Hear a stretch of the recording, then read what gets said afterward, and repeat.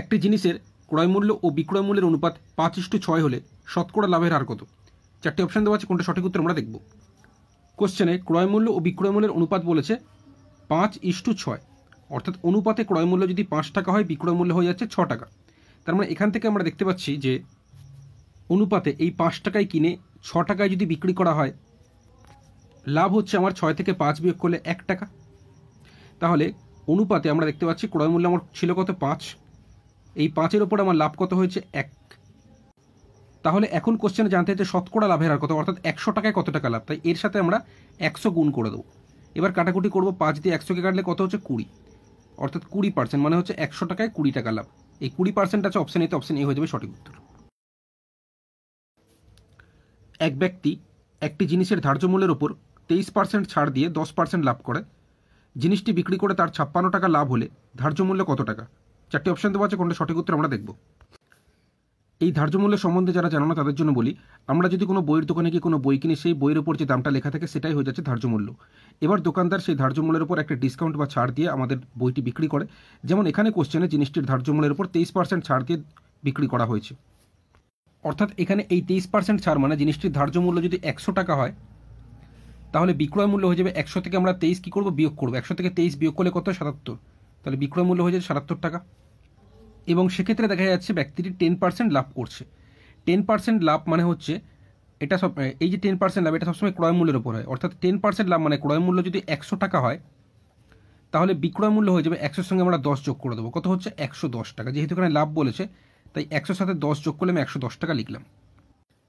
নিচে এখানে কাটাকুটি হবে, তো এই শূন্যর সাথে আমি এই শূন্য কেটে দিলাম। তাহলে ক্রয় মূল্য যদি এই 10 টাকা হয়, বিক্রয় মূল্য হয়ে যাচ্ছে 11 টাকা। কিন্তু উপরে আমরা বিক্রয় মূল্য কত দেখতে পাচ্ছি? 77 টাকা। নিচে 11 টাকা আছে, উপরে 77 টাকা, দুটো আলাদা। এটাকে আমাকে সমান করতে হবে। সমান করতে হলে এই নিচের 11কে যদি আমি 7 দিয়ে গুণ করে দিই, সেক্ষেত্রে 11 সাথে গুণ করলে 77 হচ্ছে।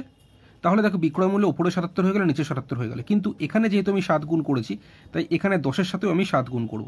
ঠিক আছে, 10-এর সাথে যদি আমি 7 গুণ করি, তাহলে 10 সাথে কত হচ্ছে? 70। তাহলে এখন নিচে ক্রয় মূল্য আমি কত দেখতে পাচ্ছি? 70, বিক্রয় মূল্য হয়ে যাচ্ছে 77। এটা আমি আর একটু পরিষ্কার করে লিখি। ধার্য মূল্য আমার এখানে কত? 100, ক্রয় মূল্য হচ্ছে 70, বিক্রয় মূল্য উপরে 77, নিচে 77, একই, সেই কারণে আমরা এই 77কেই লিখব। এবার এখানে কোশ্চেনে বলেছে জিনিসটি বিক্রি করে ব্যক্তিটির 56 টাকা লাভ হয়েছে সঠিকভাবে। কিন্তু এইভাবে যদি আমি দেখি লাভ, এইভাবে যদি আমি দেখি, তাহলে জিনিসটি কেনা হয়েছিল, মানে ক্রয় মূল্য 70 টাকা, বিক্রয় মূল্য হচ্ছে 77 টাকা।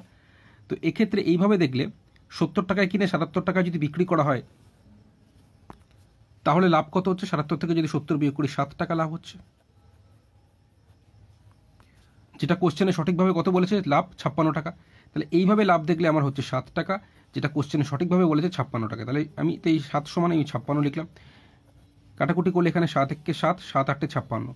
তাহলে 7 = 56 হলে 1 সমান কত? 8 হচ্ছে। 1 সমান 8 হলে কোশ্চেনে জানতে চাই ধার্য মূল্য কত টাকা। তো ধার্য মূল্য তো আমি ধরেছিলাম 100 টাকা, বাট সঠিকভাবে বের করতে হলে যেহেতু আমরা 1 সমান 8 জানি, তাহলে এই ধার্য মূল্য 100 সমান কত হবে? 100-র সাথে আমি এই 8 গুণ করে দেবো। 100-র সাথে 8 গুণ করলে কত হচ্ছে? 800 টাকা। অপশন ডি 800 টাকা হয়ে যাবে ধার্য মূল্য সঠিকভাবে। ঠিক আছে, এটাই সঠিক উত্তর।